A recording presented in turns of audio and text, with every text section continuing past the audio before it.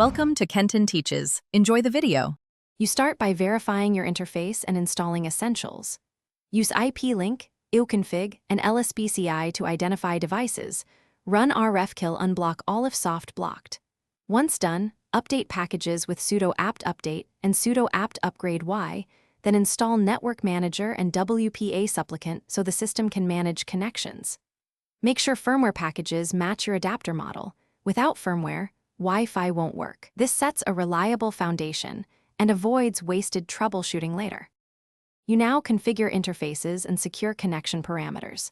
If you prefer text tools, run nmtui or use nmcli commands. For example, sudo nmcli device Wi-Fi list, then sudo nmcli device Wi-Fi connect, SSID password pass. For static addressing, either edit/etc/network/interfaces with proper inet static entries or use nmcli connection modify name IP4. Addresses 192, 168, 1, 50/24 IP4, gateway 192, 168, 1, 1. Once done, restart Network Manager to apply changes and verify with IP-EDITOR and ping 8, 8, 8, 8 for connectivity. You finish by hardening and validating the connection.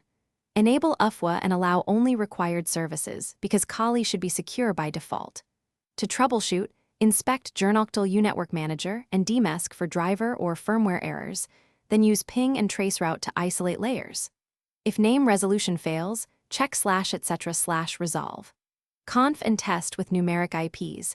If routing is wrong, adjust with sudo IP route add or delete commands. If problems persist, reload drivers with sudo modprobe r module and end sudo modprobe module.